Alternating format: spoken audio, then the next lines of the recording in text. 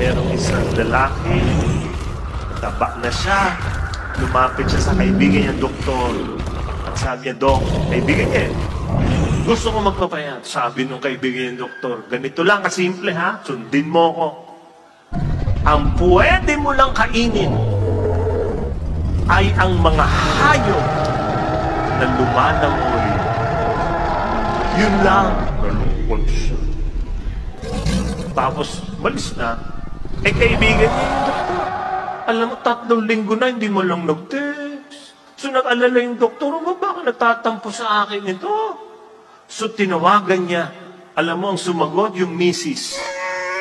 Tapos sinabi niya, kumusta na yung kaibigan ko? Alam mo, sagot ng misis, eto, araw-araw, nagsuswimming sa pool.